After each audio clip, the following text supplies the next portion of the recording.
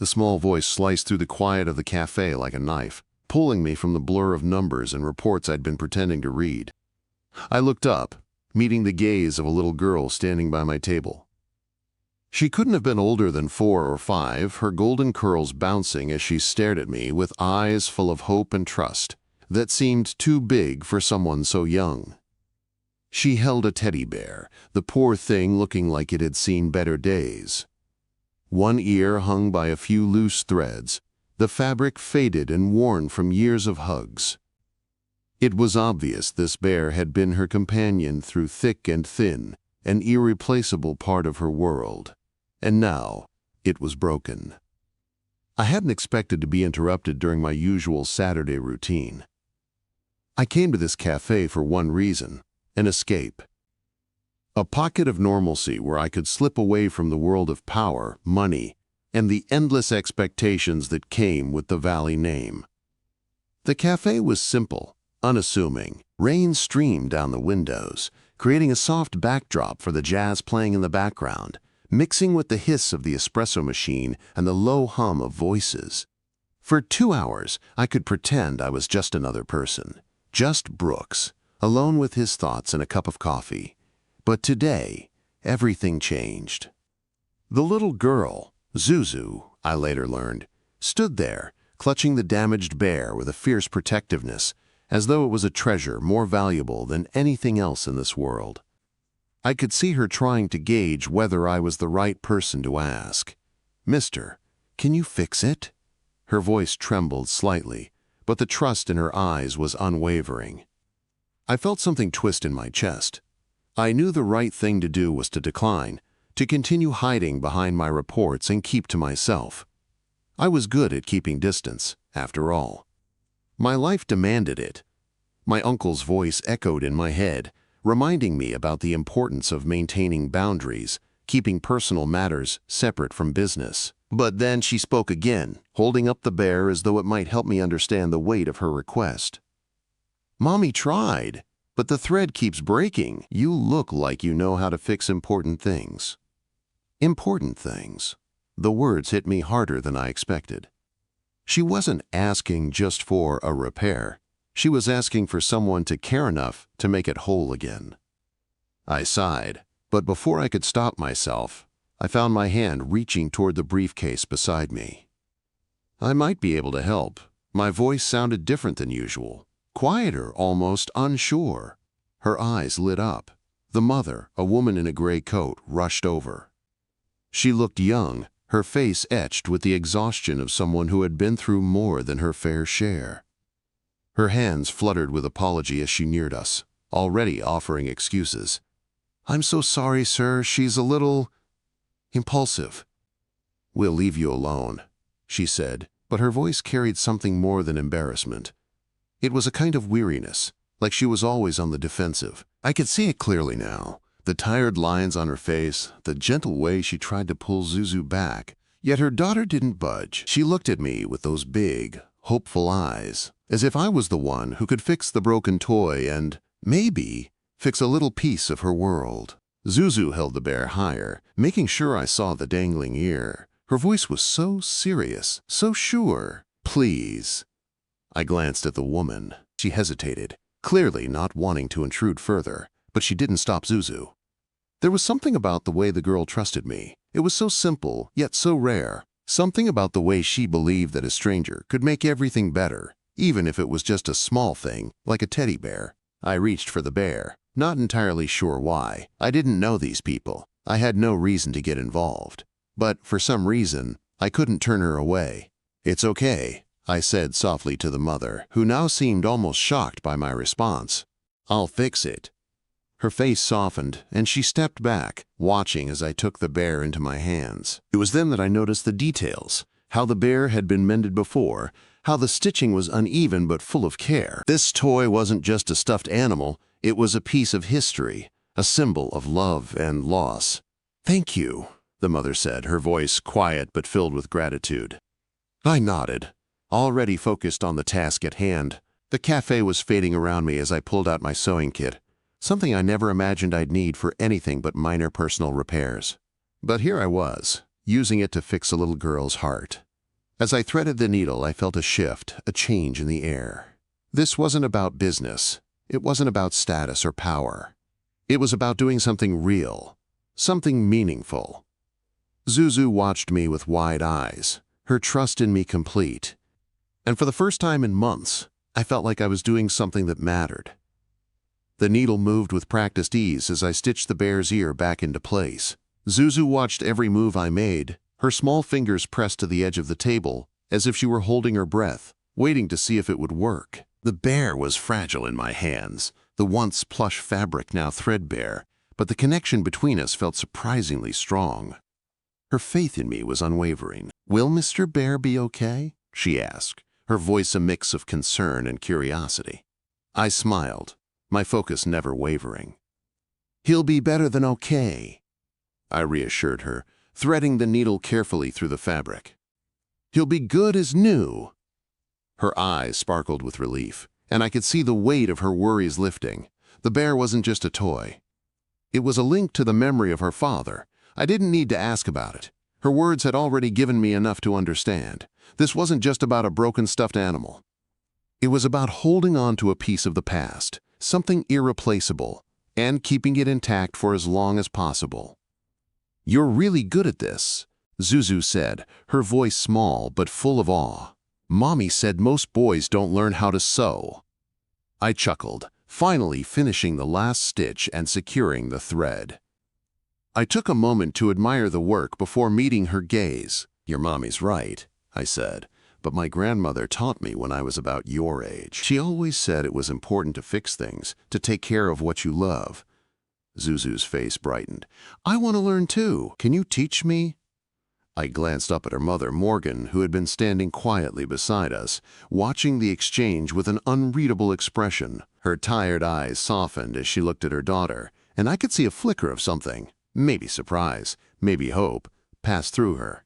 "I think that's a great idea," I said, looking back at Morgan.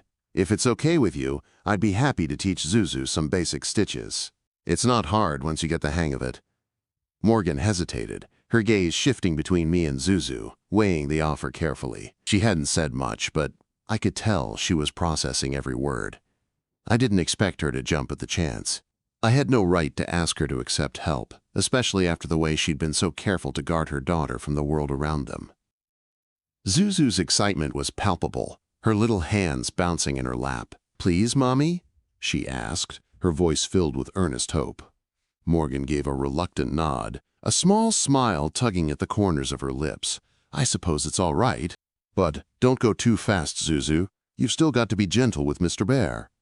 Zuzu nodded solemnly, already focused on the fabric I'd handed her.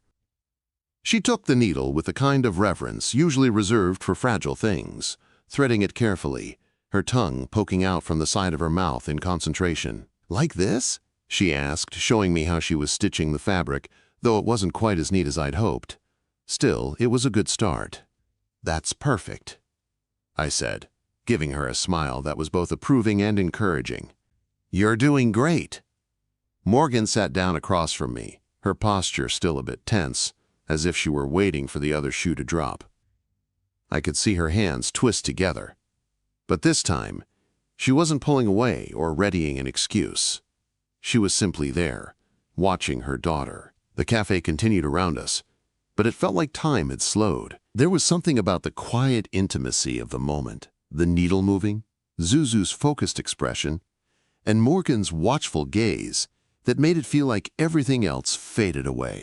The world outside didn't matter for just a little while. "So," I said, breaking the silence, "how long have you two been coming here?" I was trying to make conversation, to keep the air from feeling too heavy with whatever thoughts Morgan might have been having. She met my eyes for the first time in a while, her expression softening just a little. "We've been coming for a few months now. Zuzu loves the hot chocolate here." "I can see why," I said, chuckling lightly. "It's pretty perfect." Zuzu giggled at that, her enthusiasm infectious. "It's the best. You have to try it with whipped cream next time," she added, with a grin that made her whole face light up. "I'll keep that in mind," I said, a smile tugging at my own lips. Morgan's eyes lingered on me for a moment, But instead of the guarded look she usually wore, there was something else there. A bit of curiosity. A bit of something else I couldn't quite read. "I'm Morgan," she said, her voice quiet but open. "And this is Zuzu." "Brooks," I replied. "It's nice to meet you both." For a moment, we just sat there in silence, the only sounds, the soft jazz playing in the background, and the occasional clink of a coffee cup being set down. Zuzu was working diligently on her stitching now, her brow furrowed in concentration as she followed my instructions. It was small, but it was progress. Morgan looked at me again, her gaze thoughtful. "Thank you," she said quietly, "for helping. You didn't have to." I didn't know how to respond at first. The words I usually used in my world of business didn't feel right here, in this space, with her and Zuzu. I didn't have to do this, but somehow, I wanted to. "It's no trouble at all," I said finally. "Sometimes the small things make the biggest difference." Her eyes softened at my words, and for the first time I saw a flicker of something resembling relief in her expression. It was fleeting, but it was there. Zuzu looked up at me, her face full of pride at the small progress she had made with the needle. "Look, Mr. Brooks, I'm getting better." She showed me the fabric she was stitching together, her face glowing with accomplishment. I smiled, genuinely impressed. "You're doing an excellent job, Zuzu." Morgan leaned back in her chair, still watching us with a quiet intensity. There was so much about her that remained hidden, so many things unspoken, but I could feel the shift happening. The walls she'd built around herself were there, but they were starting to crack, just a little. For the first time in a long time, I felt like I was part of something real. Something that wasn't about numbers or deals or keeping up appearances. It was about a little girl learning to fix what was broken, and a mother trying to give her daughter something better than what life had dealt them. And for the first time in months, I was looking forward to next Saturday. Because this small moment was something I didn't want to let go of. The following Saturday came with its usual rhythm, the rain tapping against the windows and the soft hum of voices filling the café. But something was different today. When I arrived, my usual corner table felt a little less like my own space, and a little more like it belonged to someone else too. As I settled in, I saw Zuzu before I even heard her. She entered the cafe with a bright smile on her face, her yellow coat unmistakable in the dim light, and the familiar stuffed bear tucked securely under her arm. Her eyes immediately scanned the room, searching for me, and when she spotted me, her face lit up like the sun had broken through the clouds. "Mr. Brooks," she called out, her voice carrying with the unbridled enthusiasm that only children possess.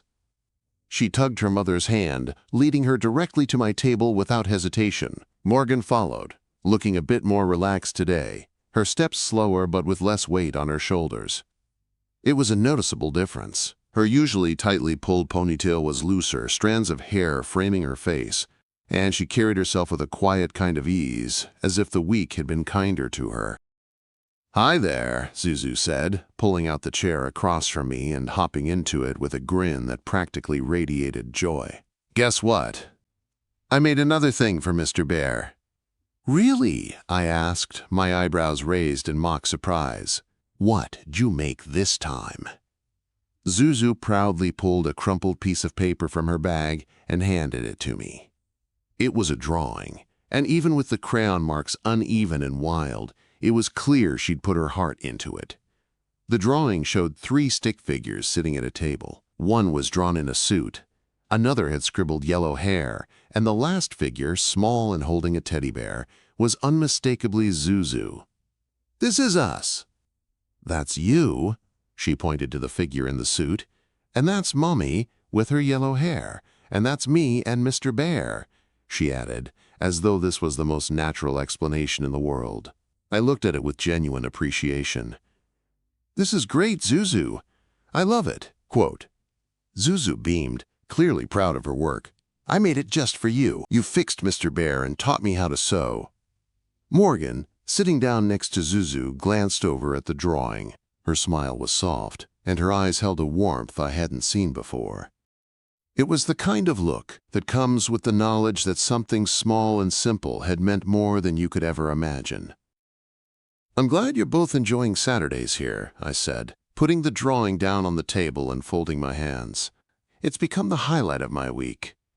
Morgan's smile deepened, though she seemed a little reluctant to fully open up. She picked up her coffee cup, her fingers wrapped tightly around it, as if it was her anchor, something solid, in a world that didn't always feel that way. You're good for her, Morgan said quietly, glancing at her daughter before meeting my eyes. She's different now, more confident, I guess. I felt a weight in her words, and despite myself, I shifted uncomfortably. It was a compliment, I knew, but it also carried an unspoken weight, an acknowledgement of something more than just a sewing lesson. She was talking about me in a way that made this whole thing feel real, as if I wasn't just some passing stranger, but someone who was becoming part of their story. I wasn't sure what to say at first, but Zuzu interrupted, her excitement filling the space between us. Look, look! She held up Mr. Bear to show me the stitches she had worked on during the week. It's even better now. Mommy says I'm getting good. You are getting good, I said, nodding with a smile. You've made a lot of progress in just a week. Zuzu looked up at her mother. See, Mommy, Mr. Bear is perfect now. Morgan gave her a small, affectionate smile. He is, sweetheart. There was a pause as Zuzu stared at Mr. Bear, holding him close as though she were protecting a part of herself. She turned to me again, her voice quieter this time.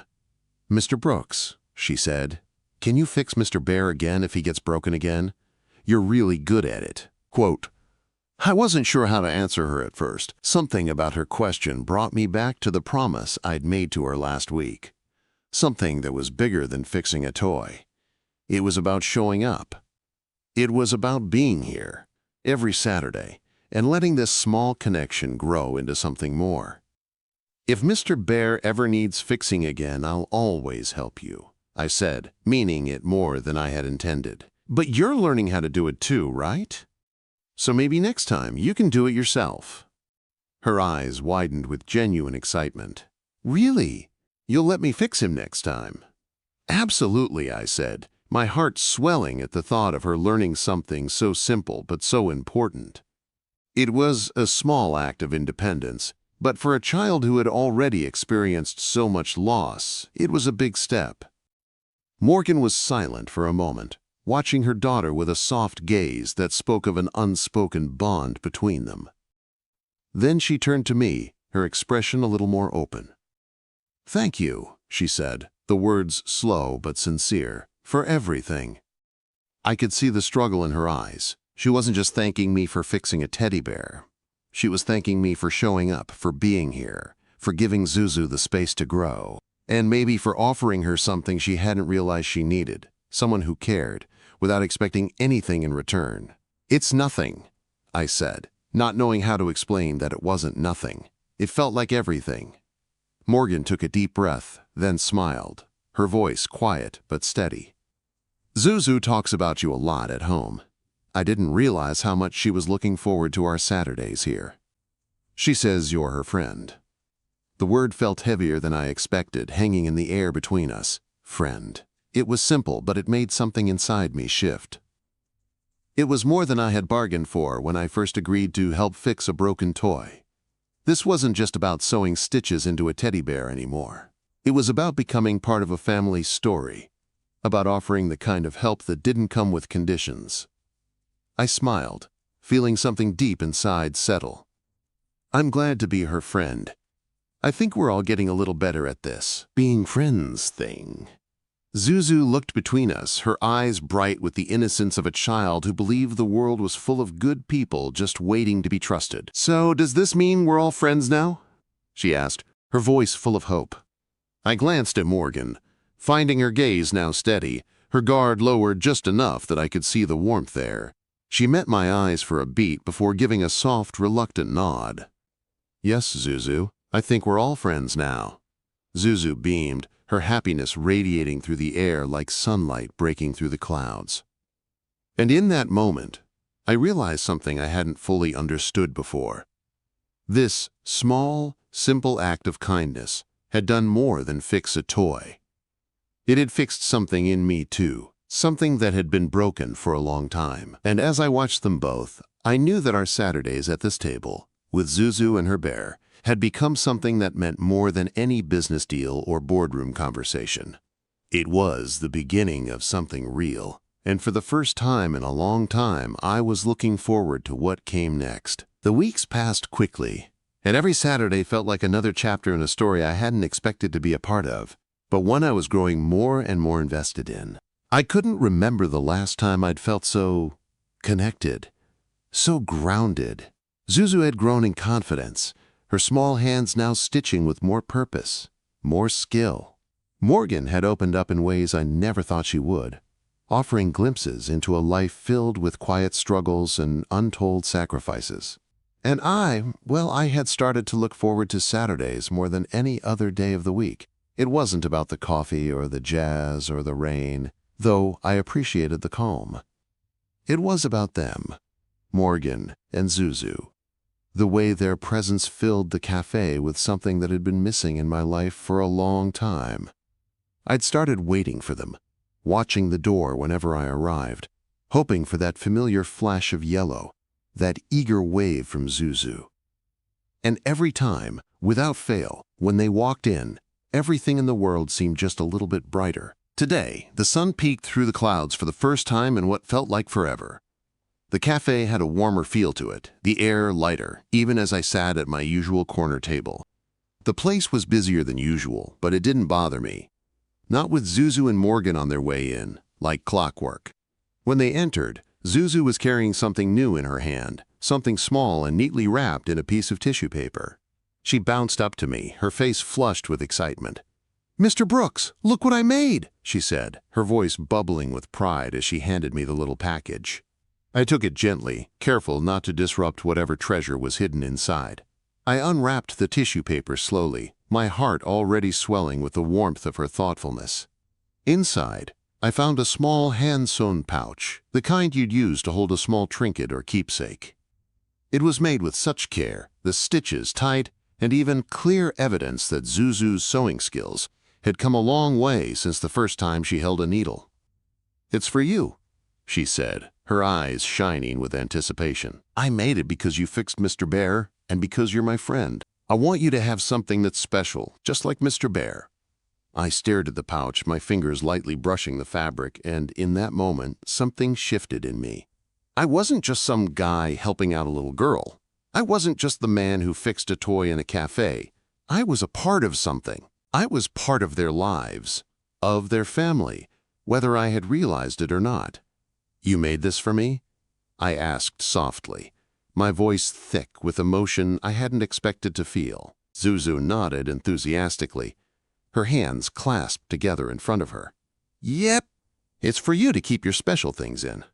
I looked at Morgan then, who had settled into the chair beside Zuzu, her expression quiet but full of something unspoken. She was watching me, waiting for my reaction, like she was testing whether this small gesture would be enough.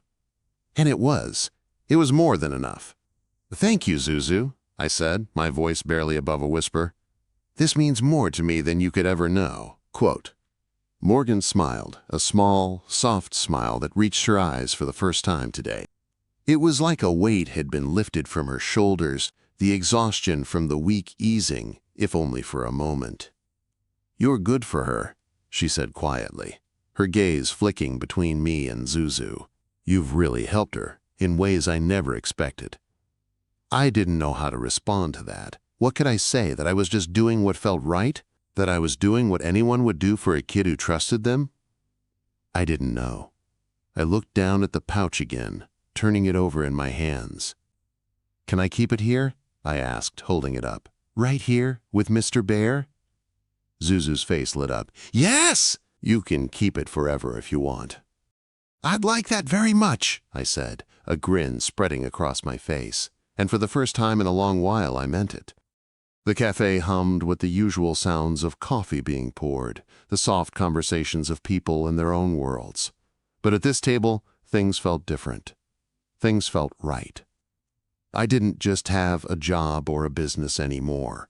I had people, real people, who cared about me in ways I hadn't expected, and I found myself caring about them just as much. We spent the next hour in a quiet, comfortable silence, broken only by the occasional question from Zuzu about how to make her stitches even better, or Morgan's soft laughter at some innocent observation her daughter made. The world outside the cafe may have continued on as it always did, but here, we had something that felt like it could last. As they left, Zuzu turned back and waved at me from the door. "See you next Saturday, Mr. Brooks," she called out. "Next Saturday?" I echoed with a smile, watching them disappear into the soft sunlight outside. I realized then that I wasn't just a part of their Saturday tradition. They were a part of mine, too. And maybe, just maybe, it was time to start looking forward to more than just Saturdays. As the door closed behind them, I sat back in my chair, the small hand-sewn pouch resting on the table beside me, and for the first time in years, I felt like I had everything I needed right where I was. It was simple, but it was perfect. And that was enough.